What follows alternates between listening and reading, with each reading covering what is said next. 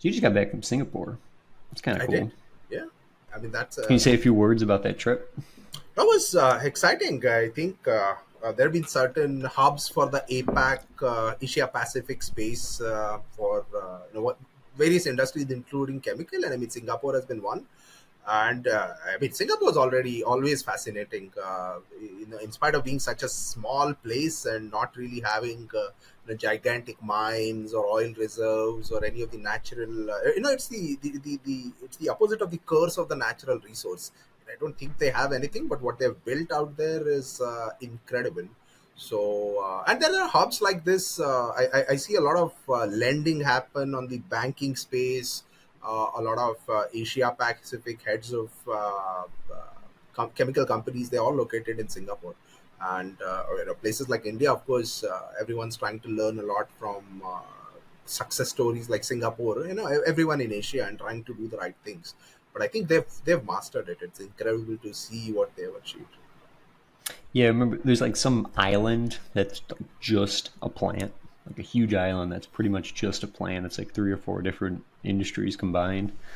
Yes, I think that's Jurong Island, and historically they Yeah. had. I just saw there was a transaction happen. Somebody sold off a chemical refinery. So yeah, that's the island. But of course, Singapore is also in very close proximity to places like Malaysia and Indonesia, and these are places with significant oil and gas reserves. So some of the larger guys have. Plants in collaboration with refineries out there. BSF has a Verbund site in Malaysia, so Singapore is great because the location is very close to a lot of these. They have a fantastic port infrastructure, so a lot of the chemical traffic also passes through Singapore. Yeah. Hmm. I don't associate Malaysia with having oil and gas. I associate them with like oleochemicals, right? That's Yeah, like the so they do palm oil capital of that the as well. world. So there's a lot of oleochemicals, but there's also large refining capacity. So it's one of BSF's Verbund sites. So that shows that shows the scale of it. I think they have about Yeah. six of those integrated sites in the world. Two of them are in China, but aside of that, I think in Asia you have one in Malaysia. So BSF, for example, has a large citral and menthol plant out there, and which is servicing a lot of the Asian markets. And it's citral itself, I feel it's such a success story for catalysis or chemicals. I mean, it's one of the highest atom economy processes, continuous process in the chemicals or fine chemicals industry. So it's fascinating to see a lot of these advances. Yeah. So can you say a few more words about that citral Yeah, so in terms of the process, why it's such a success?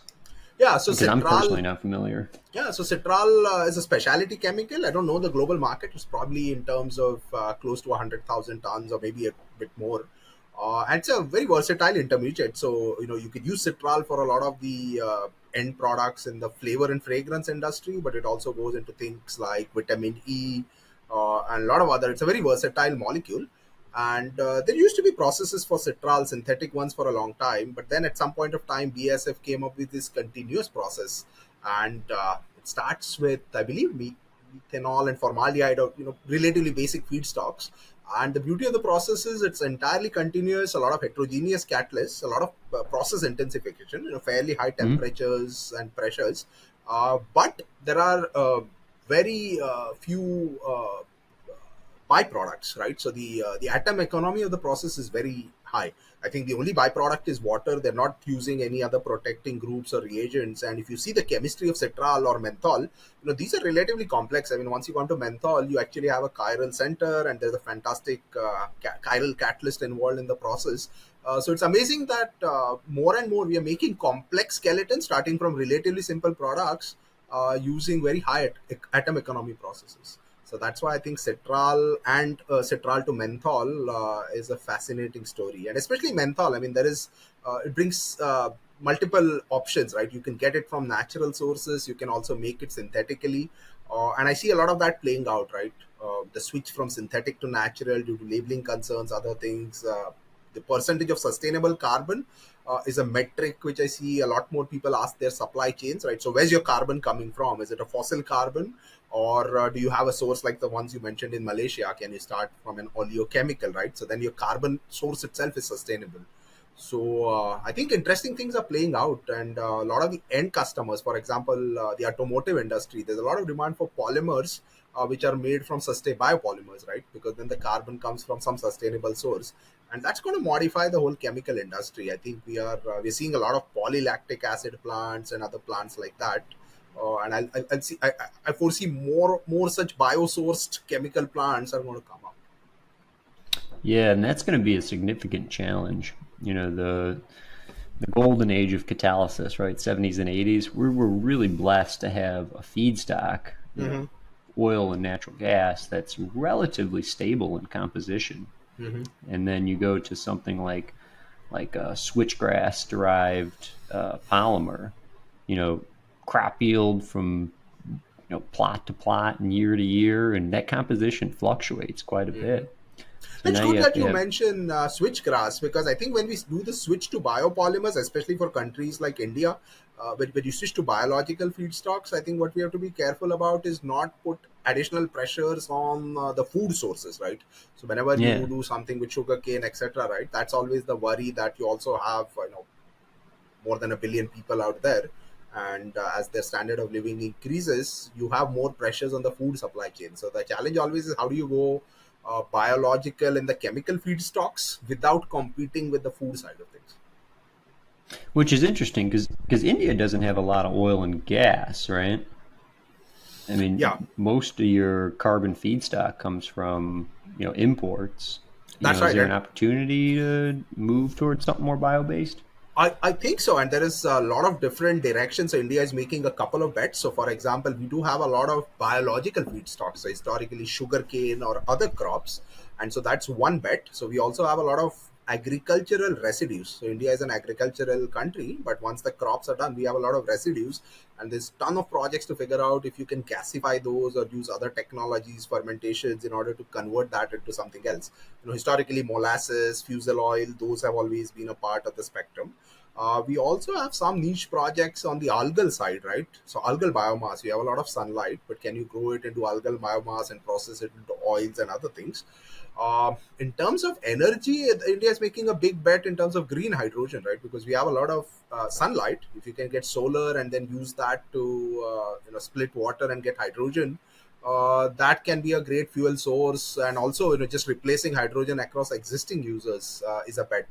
But you're right. So we didn't have a lot of oil. We didn't have a lot of crude oil. There has been some gas discoveries. We're still prospecting to find out if that's there. But the new bet is on solar and wind. So if you have these sources and use them to decarbonize the supply chain, I mean, that will be great. Because India is huge, Hmm. like in terms of geography. Hmm. I mean, it's huge, and most of the chemical industry is along that western coast, right? And then what's in the center? Is there any kind of industry in the center or the eastern side? Yeah, so you're right. There is a bit of concentration in the Gujarat and Dahej and the coastal areas out to the west. But there are other hubs. So, for example, take the north of India. A lot of the crop products, and take menthol and things like that. There's a thriving sector out there for these sort of biological chemical products, agricultural ones. If you go down south, Hyderabad is a huge center for the pharma industry, right? So Hmm? all the pharma APIs, formulations, etc., used to happen in Hyderabad. There are other centers which are emerging. Orissa, for example, used to be it has a lot of natural resources, but there's a lot of huge ports and other projects coming up there, which are more of the heavy industry sort.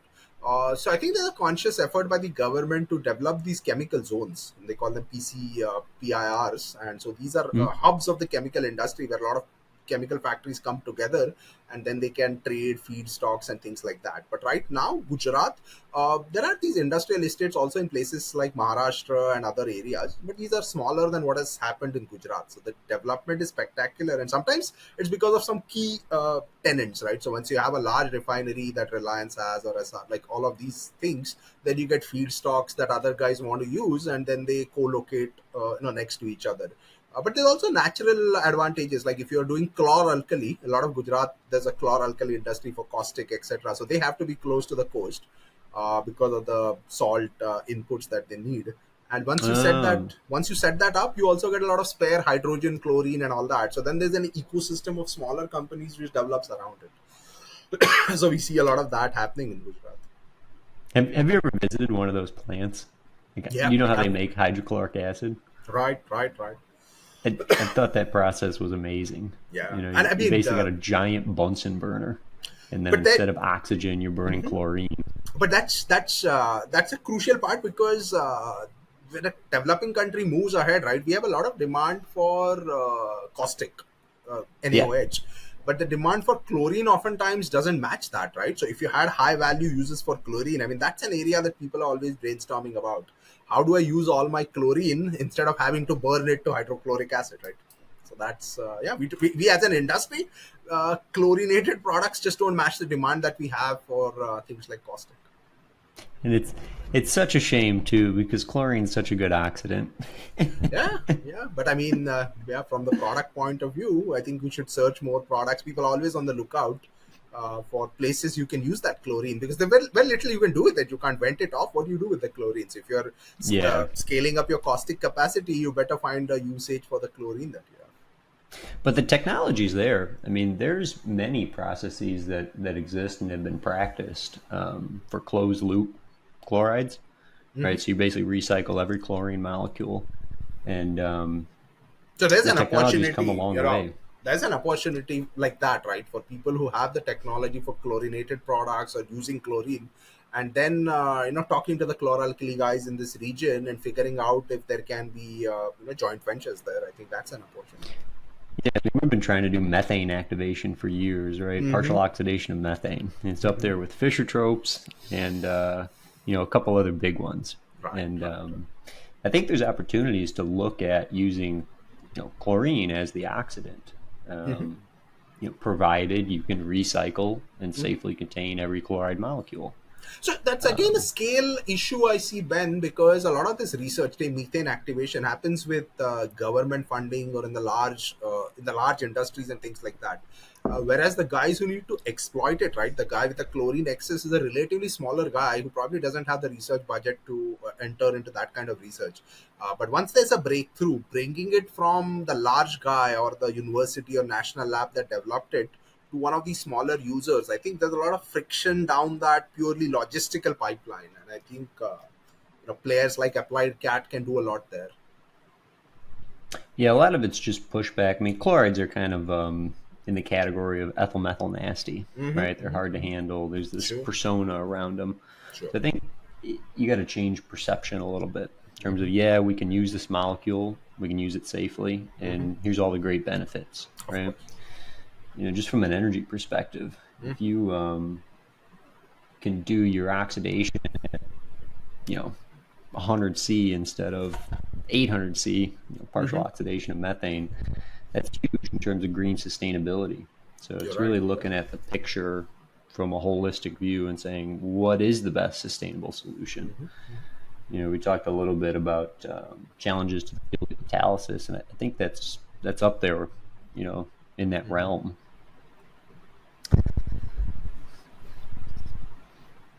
Yeah, it's fun. The chemical industry is always changing. Mm-hmm. It's kind of this slow entity with a lot of inertia, Mm-hmm. but there's a lot of good work being done. And I think Again, it's high going to level. continue because whether we, let's take energy for example, vehicular fuels, whether it's going to be hydrogen or batteries, and there's a lot of debate on that. But irrespective whether we go with ammonia as a carrier or something else, or whether we want battery membranes or sodium-based batteries, it's going to be chemicals. There's even in semiconductors, the way the AI advances are going, and people can't get GPUs fast enough. Now you need to set up more fabs, and fabs have a ton of chemicals and semiconductor grade supply chains. So from that point of view, I think it's going to be an exciting future. I mean, the problems are difficult, but no matter what approach you take, there's going to be chemicals and chemists and chemical engineers involved in a lot of the solutions which are coming. Yeah, and that's exciting. You try to attract young people to your field all the time. Mm-hmm. We work in a couple of different industries, and some of those very specific conferences. I don't know, maybe you've seen this, but Mm-hmm. some of the talks are like, "Hey, everybody's retiring. What are we gonna do?" I mean, the industry has a perception problem, right? If you talk to a Yeah. young guy, he probably chemicals being on the top of his career choices is not there. And I think that's one place where companies and good people have to come together and change that perception. And the second thing is a time lag. I think we change too slowly. So what happens is, say, the historical problems were refining catalyst related, and now suppose the current bottlenecks are on the battery side, right? It takes us a lot of time to move researchers from one area to another or retool ourselves, right? And so that time lag is what causes a problem. So you have oftentimes people still working on the problems of the past, and then there's a new area which is hungry for new results or breakthroughs, but you don't have people in there fast enough. Right, especially at the university level, because Mm-hmm. that's pretty much exclusively driven by grants, Mm-hmm. right? And government institutions are notorious for moving very slowly, Mm-hmm. and tend to hyper focus on like one hot topic for 5 years. So if you're not doing that hot topic as a researcher, you're probably not publishing. True, but And funnily, I find the other thing also happen on the ground reality, especially in India. So what has happened is academic publishing, right? If you want a great paper, high impact in nature or science, the kind of topics you're working on are probably not things like just debottlenecking a old distillation column, right? That's not going yeah, to get you that. Whereas when I go on the ground, a lot of the low hanging fruit are processes or companies which are just struggling or hungry to get the knowledge from the 1970s or 80s, right? So well established chemical engineering principles, but you still have to get them on the ground. So it's quite ironic that our memories, I mean, take things like chemical accidents. The more and more the industry develops, I see a lot of accidents, and a lot of it is principles, things that were hot in the 1970s or 80s, but there's not a lot of researchers working on those topics now because maybe what had to be invented was done, but it's sitting there somewhere in the handbook, right? But the fact that there's a paper written doesn't mean that the operator on the ground has access to that. So there is that non-glamorous bit of application development and continuing education. I think a lot could be done there, and I see more and more of it in India. I mean, there is industry 4.0, but we also have highly manual plants who are struggling about how do I automate my processes, right? Until I do that, I'm not going to get all the rewards of AI and other things. So just manual plants and how do I automate them, right? Which is a problem which you can't really work on the research end of things. And so that's right. another dissonance I see, that the ground reality sometimes, academic research speeds up ahead, but the industry needs hand holding on some of the topics which are not in the focus right now. I mean, that's an interesting point. The accessibility of the lessons learned previously, Mm-hmm. right? We talked a lot about these tomes of like Perry's and other documents. How do you how do you get that communicated, right? I mean, Perry's is 700 pages, right? I just need the highlights when I need it, and I don't really know I need it. Now, true, and it's at least the stuff in handbooks is out there. What I worry about even more is institutional knowledge. So you have all these large companies, take any large Oh chemical yeah, guys, and they have these 60-year-olds or 70-year-olds which have been masters of a particular field, and they know how it is to support that process, and then they retire. And a lot of that knowledge maybe has been written up, but it lies within a proprietary resource at the company, and maybe that unit shuts down, and all that knowledge is locked up, and then some new guy coming up in China, Malaysia, India, wherever, right? They have to start from scratch. Whereas, if that knowledge could be out there, life would be much easier. yeah. That's an interesting point. I mean, I know for you and I, that's a lot of the role we fill is just Hmm. connecting, smaller producers with knowledge. You know, you're Absolutely. doing XYZ distillation. I happen to have a wide list of contacts. Some of them have worked in that space and they're now retired. Let's bring them in as an SME and try to solve your problem. I mean, great example of something I've been working together with you guys is membranes, right? So membranes have been around. They've been great in the research side. There have been certain sectors which have used them well, gas separations, desalination. But membranes really haven't percolated down to the pharma. I mean, some of the larger processes yet. But if you look at the API side or specialty chemicals, you don't see a lot of chemical processes using membranes. And I think there's huge potential. The question is who's going to do it, right? For the large membrane guys, these are not markets which are large enough, right? Each particular one is small, and so that's another good example of a technology which is relatively mature, waiting for adoption, but on the ground level in these sort of plants, you don't see a lot of membranes in use. Yeah. I mean, I remember being an undergrad, like 2010, and that technology was like breakthrough. Like it Hmm. was the next best thing, right? And there's been a ton of work to make it industrially robust. But you're right. You don't see a lot of that technology at the, Toller scale, right? Or slightly larger. I mean, and think about it. You visited India, and think about a smaller plant in Gujarat, right? And think about some company with a membrane technology based out of Ohio or Wisconsin. And so maybe they're a couple of $100 million. They're not a large multinational. How are these guys going to come together? So one of them never knows that there is a solution waiting there, and the other guy struggles to figure out where else do I sell my membranes. And it's about linking together. I don't think chemical marketplaces are very efficient in terms of technology because they're highly specialized things, right? The membrane used for milk is going to be very different from what you use for an esterification or an azeotrope splitting. They have their quirks. And so, how do you bring together these, right? I think that's a problem which is underappreciated. Yeah, and on the membrane thing, it's incredibly simple technology. I mean, if Hmm. there's one thing you learn in industrial scale up, it's the simpler you can make it, the better, right? Yeah. And there's nothing simpler than pushing fluid through a permeable surface. You don't need to control temperatures, you just push it through, No, right? I agree with you. But on the other hand, the simple part doesn't go towards membrane design, though, right? Once you figured out what works, how do you make a membrane? It's simple once you figured it out. But imagine you're a new guy trying to make a membrane. There's so many of these secret recipes and gotchas that you don't know. You would spend decades trying to develop your processes, right? So oftentimes it's simple once you've climbed to the other side of the peak. Huh? And so that's where we need all this knowledge to know to make choices. I mean, selection is an underappreciated problem. There may be 50 variants out there, but which is the right membrane for a particular application? That takes a lot of insights. Yes, that is true.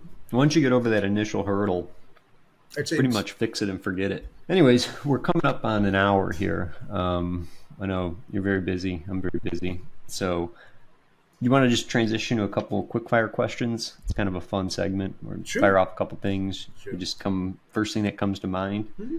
and then we'll kind of go from there. Hmm. So, what's your favorite catalysis breakthrough? Like, is there a classic thing you were like, that's Oh. cool? Well, my PhD was Fischer tropes, so I would pick Fischer tropes. I mean, that's fascinating, and the way you can tune those catalysts, yeah. So I would pick Fischer tropes. Is there like one particular asset of Fischer tropes? I just love how versatile the process is, and it's always been in vogue, and it's always had a very checkered history. I mean, the World War II and Germany, later Sasol and apartheid and South Africa.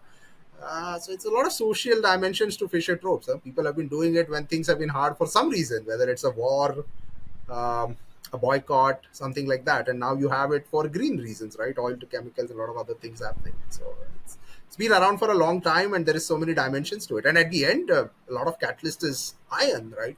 It's not, you're not talking about something rare and exotic. Just iron, and you do it right, and you get all these fantastic things. I think the original FT reactor, they just went to the machine shop and they just picked up all the filings and dumped it in a tube and said, let's go. There you go. I mean, it comes from scrap, and it's fascinating what you can do with Fisher tropes. What's the most challenging project you've ever worked on?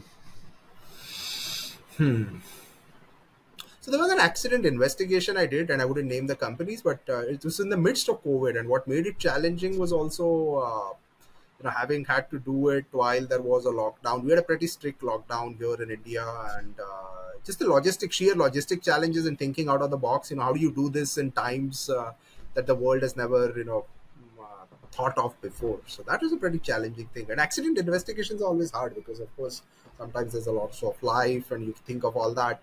But on the other hand, as a chemical industry, you want to find the right causes so that it doesn't recur, and you don't want to blame the wrong guys. So yeah, that was a pretty challenging project for me.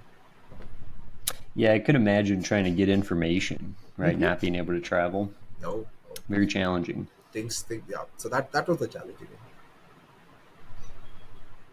And then lastly, if there's one scientist you could work with from history, who would it be? Oh. I would choose Feynman. I would choose Richard Feynman. I mean, no, he's not a catalysis guy, but just in terms of science and the way he's done things, and probably read a lot about him, and he's fascinating. So I would choose Richard Feynman just for the sort of thinking and the practical element to it. And I find myself like that. Unless I see something, I draw something. I find it hard to get a concept from the equations alone. And he was, but he's way out there, and would be fantastic to encounter a guy like that. Just to talk to him, even forget working, he's probably too high up for someone like me. And just for the general audience, can you just give a quick background into Feynman and who he is, what he did? Yeah, so I mean, Richard Feynman, physicist, Nobel laureate, out at Caltech, wrote these famous lectures on physics, but also has had fiction books. And one of my favorites is Surely You Are Joking, Mr. Feynman, which is sort of autobiographical and hilarious, the kind of stuff the guy did. So it sort of clears this misconception that scientists are no fun. I mean, he's as fun a guy as any, and he had a very long career. And one thing I admire about him was he was a generalist. So a lot of research is about specialization, but I love guys who may be physicists, but they're also being lock pickers and have worked on some of the space accidents which happened. The famous one with the O-ring.